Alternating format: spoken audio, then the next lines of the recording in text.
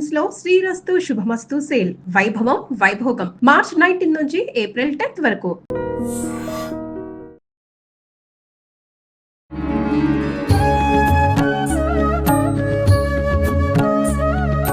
నమస్కారం, welcome to I dream.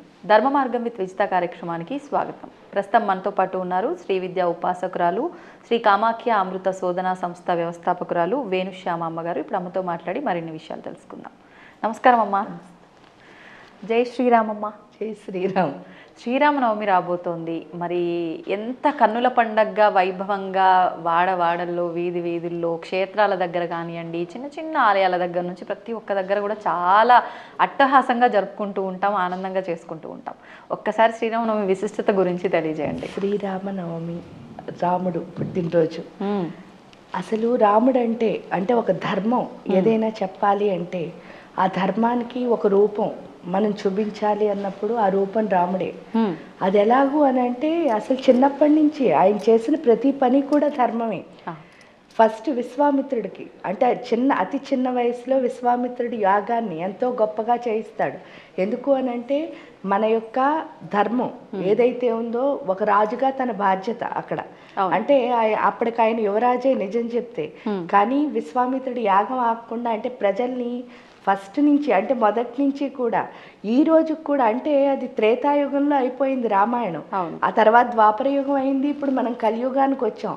అయినా కూడా మనం రాముణ్ణి ఇప్పటి వరకు చెప్పుకుంటున్నది ఏమిటి అని అంటే పితృవాక్య పరిపాలన అనుకోండి, లేదా మళ్ళీ వచ్చి ఇక్కడ రామరాజ్యం అనే చెప్తారు. ఈ రోజుకి కూడా ఎంతమంది రాజులో వచ్చారు, కానీ రామరాజ్యమే. దానికి తోడు ఒక ప్రేమ చూసినప్పుడు అంటే ఆ శ్రీరామనవమి రోజునే సీతారాముల కళ్యాణం అయింది. అన్యోన్య దాంపత్యం అని భూమి మీద ఏదైనా ఒకటి చెప్పాలి అంటే అది ఖచ్చితంగా సీతారాములే. కానీ మీరు ఒక్కసారి ఆలోచిస్తే వాళ్ళిద్దరూ కలిసి ఉన్నది చాలా తక్కువ. అవునమ్మా. కానీ ధర్మం కోసమే వాళ్ళు కలిసిలేరు. ప్రజల్ని బిడ్డల్లా చూడడం కోసమే వాళ్ళు కలిసిలేరు. అంటే వాళ్ళు అంత త్యాగం చేసి మనందరికీ ఇంత ఆనందాన్ని ఇచ్చింది సీతారాములు. దానికి తోడు ఆ జానకి మాతను చూసినప్పుడు మీరు ఎప్పుడైనా ఆవిడ చూడండి ఏంటవుతుంది అంటే ఇప్పుడు 14 ఏళ్ళు అరణ్యవాసం చేయమని దశరథ మహారాజు శ్రీరాముడికి మాత్రమే చెప్పాడు. శ్రీరాముడు ఏం చేశారు అని అంటే ఆయన వెళ్ళిపోతాడు మామూలుగా, ఎందుకంటే ఆయన తండ్రి మాట పరిపాలించాడు, ఆయన వెళ్ళిపోవచ్చు. కానీ ఈవిడికేమో ఆంక్ష లేదు. అప్పుడు ఈవిడ హాయిగా జనక మహారాజు ఇంటికి వెళ్ళి అంతఃపుర స్త్రీలా హాయిగా బతకచ్చు. కానీ అలా చేయలేదు. పెళ్ళైన తర్వాత తన భర్త ఎక్కడుంటే తను అక్కడే ఉండాలి అని చెప్పేసి ఆ అడవుల్లో బాధలు పడ్డానికి వెళ్ళింది. ఆ అడవుల్లో కూడా ఇప్పుడు చూడండి మామూలుగా ఏదైనా కష్టకాలం వచ్చిందనుకో ఎవరికైనా రాజులకి చూస్తే వాళ్ళు ఫెసిలిటీస్ అన్ని క్రియేట్ చేసుకుని ఆ కష్టాన్ని అనుభవిస్తున్నారు. కానీ రాముడు అలా అనుభవించలేదు. అడవిలో ఉన్నాడు అంటే ఖచ్చితంగా అడవిలోనే ఉన్నాడు. ఎలాగో అంటే పర్ణశాలలోనే ఉన్నాడు, కందమూల ఫలాలను మాత్రమే తిన్నాడు, నారబట్టలే వేసుకున్నాడు, నేల మీదే పడుకున్నాడు. అంత గొప్ప రాజైనా సరే ఈ ఆంక్షలేవి దశరథ మహారాజు చెప్పలేదు. 14 సంవత్సరాలు అడవిలో ఉండమన్నారు. అడవిలో ఈయన రాజభోగాలన్నీ పట్టుకెళ్ళి అనుభవించే స్థితి కూడా ఉంది, ఎందుకంటే చాలా గొప్ప రాజు కాబట్టి. కానీ అలా చేయలేదు. మళ్ళీ ఇక్కడికి వచ్చేసరికి అందులో అసలు రామాయణంలో ఎంత గొప్ప విషయం అంటే సీతారాముల అన్యోన్య దాంపత్యం ఎంత గొప్పదో అంతే విధంగా అక్కడున్న ప్రతి క్యారెక్టరు ఏది చూసినా సరే అమ్మ ఏంటి అంటే కౌశల్యాదేవి చాలా గొప్పది. ఎందుకు అని అంటే కైకకి మాట ఇచ్చారు దశరథ మహారాజు. కైకకి మాట జనరల్గా ఏంటంటే ఒక భర్తకు 3 భార్యలు ఉన్నారనుకోండి, వాళ్ళ టైం అంతా కొట్టుకోవడంలోనే సరిపోతుంది తప్ప ఎప్పుడు ధర్మాన్ని పాటించడానికి అసలు టైం ఉండదు పాపం. అలాంటిది దశరథ మహారాజు ఈ మాట ఇచ్చినప్పుడు ఎవరికి ఇచ్చారు అని అంటే కైకకిస్తే కైకడిగిన వరానికి ఆవిడ ఏం అప్పుడు చెప్పలేదు, కొడుకుని పంపారు ఆవిడ. పంపితే అక్కడ తల్లి త్యాగం, ఎందుకంటే ఏ తల్లి అలా తన కొడుకు అడవికి వెళ్తే ఒప్పుకోలేదు. కానీ తండ్రికి ఇచ్చిన మాట కోసం ఆవిడ ఒప్పుకుంది. అంటే శ్రీరామనవమి ఎంత గొప్పది అంటే అసలు అంత గొప్పది అనమాట.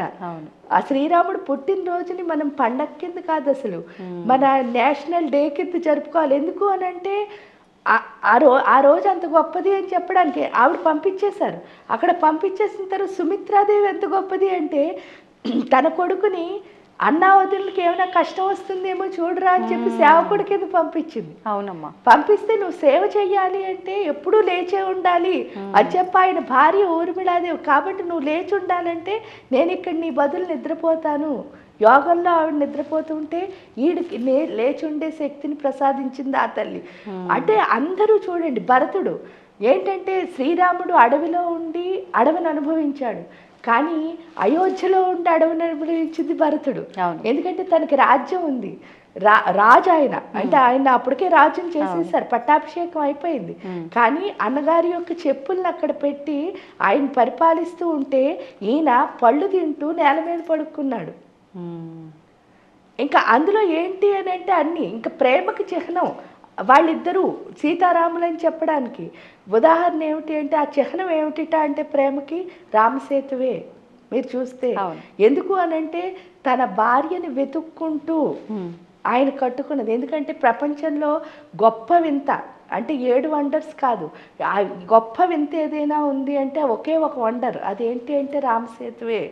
ఎందుకు రామసేతు అంటే తన భార్యను వెతుక్కుంటూ వెళ్ళాడు ఆ అడవి, ఆ సముద్రం మీద ఆనకట్ట వేసి. అసలు సముద్రం మీద ఆనకట్ట ఎవరైనా వేయగలరా? రాముడు కాబట్టే వేశాడు, అంత ప్రేమ ఉంది కాబట్టే వేశాడు. అవును, ప్రజల కోసం అని చెప్పేసి తన భార్య అంటే తనకి ఎంత నమ్మకం లేకపోతే సేతువు వేసుకుని అవతలికి వెళ్తాడు, ఎంత ప్రేమ లేకపోతే అవతలికి వెళ్తాడు. వెళ్ళిన తర్వాత కూడా ప్రజలు వేరే చోటు ఉన్నావు అందుకని నీకు ఎవరైనా కల్మషం అంటిస్తారేమో అని అన్నప్పుడు ఆవిడ వెంటనే ఏం ఆలోచించకుండా నిప్పుల్లో నుంచుంటుంది సీతాదేవి. అన్నిటికంటే గొప్ప ఏంటి అంటే యుద్ధానికి వెళ్ళిన తర్వాత కూడా రాముల వారు ఏం చేస్తారు అంటే ఫస్ట్ రాముడు ఏం చేస్తాడంటే ఆయన గొప్పతనం, ఆయన ధర్మం ఏదైనా సరే ఆయన గొప్పతనాన్ని వివరించడానికి అదే కారణం. ఏమిటంటే రావణాసురుని పొగుడుతాడట. ఈ సృష్టిలో ఎవరైనా పొగుడుతారా అలాగా? ఎందుకంటే ప్రత్యర్థిని ఎప్పుడైనా పొగడ్డం మీరు చూస్తారా? అసలు బోళ్ళని తిట్టడమే చూస్తాం. అంటే అందులో ఈయన గొప్పతనం ఎంత ఉందో చూడండి. అవును, అక్కడికి ఇంటికి వచ్చేస్తాడు, యుద్ధం అయిపోయి రావణాసురుడిని మట్టిపెట్టి లంకా నగరాన్ని విభీషణుడికి ఇచ్చిన తర్వాత ఇంటికి రాగానే తల్లి ఏం చేస్తుందిట అంటే కొడుకుని చాలా ముద్దు పెట్టుకుంటుందిట. ఎందుకు అంటే నా కొడుకు 10 తలలు రావణాసురుడిని చంపొచ్చాడు అన్న హ్యాపీ ఆనందం ఆవిడకి. ఆనందంతో ముద్దు పెట్టుకుని కన్నా నువ్వు రావణాసురుడిని చంపొచ్చావా నాయనా అని అడుగుతుందిట. అడిగితే అప్పుడు కూడా ఆయన ఇచ్చిన ఆన్సర్ ఒకటేట. ఏమంటట అంటే అమ్మ నేనెక్కడ చంపాను రావణాసురుడిని, నేను చంపలేదమ్మా అంటట. మరి అదేంట్రా అందరూ అలాగే చెప్తున్నారు అని అంటే అప్పుడు ఆయన చెప్పిన ఆన్సర్ ఏమిటి అంటే ఆయన గొప్పతనం ఇంకంతకంటే చెప్పడానికి ఏమీ లేదు. ఆయన ఏమంటాడో తెలుసా? సకల శాస్త్ర కోవిదుడు, గొప్ప శివభక్తుడు, అన్ని శాస్త్రాలు తెలిసిన ధర్మయోగి, రావణ బ్రహ్మ. ఆయన అహంకారం చేతిలో చచ్చిపోయాడు తప్ప నా చేతిలో చచ్చిపోలేదు అని చెప్తాడు. ఇంకా అంతకంటే రాముడు గొప్పతనం ఏం చెప్పాలి? ఎందుకు అంటే అదే కనుక మనం ఇంత చిన్న పని చేసాం అనుకోండి, నేను కాబట్టండి ఇదంతా జరిగిపోయింది అని చెప్పి రోజుల్లో ఆయన అసలు అలా అందుకనే శ్రీరామనవమి గొప్పది. సీతారాముల కంటే అన్యోన్య దాంపత్యం ఈ భూమి మీద ఎక్కడ ఉండదు. ఎందుకంటే ఆయన కోసం ఆవిడ అలా వెనకాల అడుగుజాడల్లో వెళ్ళి అదేవిధంగా ఆయన ఆవిడ కోసం రామసేతువుని నిర్మించాడు. ఇంకెంతకంటే ఏం చెప్పాలి? దానికంటే కూడా యుద్ధం జరుగుతుంది. యుద్ధం జరిగినప్పుడు యుద్ధానికి ఇద్దరు కలిసి రావణాసురుడు రాముడు వెళ్ళిన తర్వాత రావణాసురుడిని చాలా బాగా పొగిడాక యుద్ధం మొదలెట్టేసరికి ఏమవుతుందిట అంటే రావణాసురుడు ముందు అమ్మవారు ఉండి యుద్ధం చేస్తూ ఉంటుందిట. యుద్ధం చేస్తూ ఉంటే రాముడు అంటాడట ఏమని అంటే తల్లి రావణాసురుడితో అయితే నేను యుద్ధం చేయగలను కానీ నీతో నేను యుద్ధం చేయలేను కదా, నువ్వు నా జగన్మాతవి అని చెప్తాడట. చెప్తే అప్పుడు రావణాసురుడు తారాదేవిని ఉపాసించి ఆవిడని నుంచో పెడతాడు. యుద్ధానికి ఆవిడ వస్తుంది. ఎందుకు అంటే రావణాసురుడు అంత గొప్ప భక్తుడు అవడం వల్ల తన భక్తుడి కోసం ఆవిడే యుద్ధానికి దిగుతుంది. దిగినప్పుడు నేను ఇప్పుడు ఈ ధర్మయుద్ధంలో నేను ఓడిపోతాను, ఎందుకంటే జగన్మాతతో నేను పోటీ పడలేను కదా అని తారాదేవిని రాముడు అడుగుతాడట. రాముడు అడిగితే అప్పుడు తారాదేవి చెప్తుందిట, నేను రావణాసుడికి ఒక శాపం ఇచ్చాను, కానీ వాడు చేసిన పూజలకి నేను పరవశించి ఇక్కడ ఉండిపోయాను, కానీ వాడికి నేను ఒక శాపం కూడా ఇచ్చాను ఆ టైంలో, నువ్వు తప్పు పని చేస్తున్నావని. ఆ శాపం ఏమిటి అంటే, నాలాంటి శక్తినే కనుక ఒక దాన్ని తీసుకొచ్చి నువ్వు ఇక్కడ పెట్టావు అంటే నేను వెళ్ళిపోతాను అని చెప్పాను. సీతాదేవి మహాసాధ్వి, ఆవిడ్ని తీసుకొచ్చి ఇక్కడ పెట్టాడు కాబట్టి నేను వెళ్ళిపోయే టైం వచ్చింది, అందుకే నేను నీతో యుద్ధానికి దిగాను, నువ్వు చేయాల్సింది ఏమీ లేదు, మళ్ళీ నన్నే ఉపాసించు, అప్పుడు నేను ముందుకు వస్తాను అంటే అప్పుడు ఈయన బగడాముఖి సాధన చేస్తారు. చేసిన తర్వాత అప్పుడు రావణాసురుడు ఓడిపోతాడు. ఆ తర్వాత సీతమ్మని తెస్తాడు. రాముడికి అన్నీ తెలుసు, సీతాదేవి ఎంత గొప్పదో తెలుసు, తెలిసే అగ్ని ప్రవేశం ఎందుకు చేయించాడంటే మనలాంటి వాళ్ళ కోసమే. ఎందుకంటే ఆయన గొప్పవాడే, కానీ ప్రజలందరూ అంత గొప్పవాళ్ళు లేరు కాబట్టి. ఎందుకంటే రామరాజ్యం అంత గొప్పదే, సీతారాముల ప్రేమ కూడా అంత గొప్పదే, అన్యోన్య దాంపత్యం అంటే అక్కడి నుంచే చూడాలి. కాబట్టి ఏంటి చూసినా సరే శ్రీరామనవమి చాలా గొప్పది. ఎందుకంటే రాముడు మన దేశంలో పుట్టడమే మన అదృష్టం అంతే. అవును. అంటే ఇంత విన్న తర్వాత ఎక్కడ ఎవరికి కూడా ఇబ్బంది పెట్టే రకంగా కానీ అన్ని రకాల సమన్యాయం అంటారు చూడండి, ప్రజల సైడ్ నుంచి, తల్లి సైడ్ నుంచి, తండ్రి సైడ్ నుంచి, వైఫ్ అన్నీ కూడా బ్యాలెన్స్ చేసిండ్రు. అంటే ఇదే ధర్మం, ఇదే మనం నేర్చుకోవాల్సింది. ఎందుకంటే కష్టం అందరికీ వస్తుందమ్మా. వాళ్ళిద్దరూ ఒకళ్ళకి కాదు, దాంపత్యం ఇద్దరు విడిపోయారు, కానీ అంత ప్రేమ ఉండి ఎవరికి వాళ్ళు వేరుగా ఉండాలంటే చాలా కష్టం. అంత కష్టంలో కూడా వాళ్ళు విడి ఉన్నారు అంటే ప్రజల కోసం అని చెప్పడానికి, అసలు ప్రజలని కాదు, తల్లికి చేయాల్సిన న్యాయం తల్లికి, తండ్రికి తమ్ముడికి చేయాల్సిన న్యాయం అందరికి, అంటే అంతలా ఎవరు ఉండలేరు రాముడు తప్ప. కానీ ఆ రామాయణంలో అందరూ అంతే గొప్పవాళ్ళు అనిపిస్తుంది. కానీ మనకు అర్థమయ్యే భాషలో చెప్పాలంటే ఆ రామాయణం మొత్తం హీరోలే. ఈ హీరోలందరూ కలిసి ఒక ఆయన్ని సూపర్ హీరో చేశారు అది రాముడు. అంటే వీళ్ళందరికంటే గొప్పవాడు. అవును, అంటే దీన్ని బట్టి మనం అది కూడా తీసుకోవాలి, అందులో నీతిని. నాకు అనిపిస్తుంది ఏంటి అంటే పర్సనల్ ఒపీనియన్, మనం ఎందుకు పుట్టామో ఆల్రెడీ ఈ భూమి మీదకి మనం వస్తాం ఒక పర్పస్, ఒక కార్యంతో. ఆ కార్యానికి సంబంధించిన వాళ్ళే మన చుట్టూ ఉంటారు. అలాగే రాముడైనా మనమైనా. కాబట్టి మనం ఏ కార్యానికి వచ్చామో కనుక తెలుసుకున్నాము అంటే మన చుట్టూ వాళ్ళు ఎందుకున్నారో తెలుస్తుంది. ఎందుకంటే మన చుట్టూ ఉన్న ప్రతి ఒక్కళ్ళు మనకి నేర్పించే వాళ్ళే. అంతే. ఇప్పుడు శ్రీలంక మీకు తెలుసు, శాంకరీదేవి టెంపుల్ ఉంది.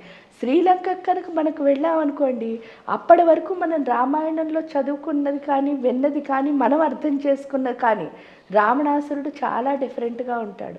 కానీ అక్కడికి వెళ్ళిన తర్వాత మాత్రం రావణాసురుడు ఇంకోలా కనిపిస్తాడు. ఇంకోలా అంటే ఏంటి ఇక్కడ మనకేంటి, సీతను ఎత్తుకుపోయాడు, వాడు రాక్షసుడు, దుర్మార్గుడు అలా అనిపిస్తుంది. అక్కడికి వెళ్ళిన తర్వాత ఒక్కటే, రావణాసురుడు భక్తి తప్ప ఇంకేం మనకు కనిపించదు. ఓకే. ఆయన శివుడి పైన ఎంత భక్తి, అమ్మవారి పైన ఎంత భక్తి, అదొక్కటే. మనం అంటే ఒక చిన్న రాయిలో చూసినా అదే కనిపిస్తుంది, పెద్ద కొండలో చూసినా అదే కనిపిస్తుంది, శివాలయంలోనూ అదే కనిపిస్తుంది. అంటే రావణాసురుడు భక్తి తప్ప లంకలో ఇంకేం కనిపించదు మనకి. అంటే అప్పుడు రావణాసురుడు కూడా అంతే గొప్ప. అంటే ఏంటి అంటే ఆయన ఆ తప్పు చేయాల్సి వచ్చింది. అది ఎందుకు చేశాడు అంటే అది అంటే మన సాధనలో ఏదో అక్కడ చిన్న లోపం, అంతే తప్ప రావణాసురుడు కూడా ఆ రామాయణంలో చాలా గొప్పవాడే. అంటే అంత జ్ఞానం ఉన్న వ్యక్తి కూడా ఇలా చేశాడు అంటే మనం ఎలా ఉండాలి అంటే ఆ ఎమోషన్ అన్నది బ్యాలెన్స్ చేసుకోలేకపోయాడు. అలాంటప్పుడు మనలో ఎన్ని లోపాలు ఉన్నాయో మనకు తెలియదు.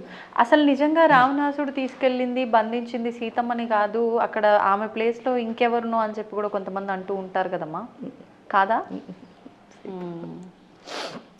మొత్తానికి మనం శ్రీరాముడు అని అంటే నిజంగా ఎంత మాట్లాడుకున్న సమయం సరిపోదు, ఎన్నో విషయాలు. ధర్మం అంటే ఆయనే అంతే, రూపం అంతే. అందులో ఆజానుబాహుడు అని చెప్తారంటే చాలా పెద్ద 14 అడుగులు. దాన్ని ఆజానుబాహుడు అంటే అర్థం ఏమిటంటే ఆయన అంత పొడవు ఉంటే ఆయన చేతులు అరచేతులు వచ్చి మోకాళ్ళని తగులుతాయట, వాళ్ళని ఆజానుబాహులు అని పిలుస్తారు. 14 అడుగులు ఎత్తు. ధర్మం అంత ఎత్తుంటుంది అని అనిపించడానికి రాముడే. ఎందుకంటే రాముడి గురించి చెప్పాలంటే ఇంక అక్కడ ధర్మం తప్ప ఏం కనిపించదు. అంటే ఎవరికీ అన్యాయం జరగలేదు ఆయన వల్ల. అవును అవును. ధన్యవాదాలమ్మా. And for more videos, Please subscribe to iDream. Please subscribe to iDream. Please subscribe iDream. And please subscribe to iDream. For more videos, subscribe to iDream. please like, share and subscribe to the channel. Congratulations, iDream. subscribe to iDream.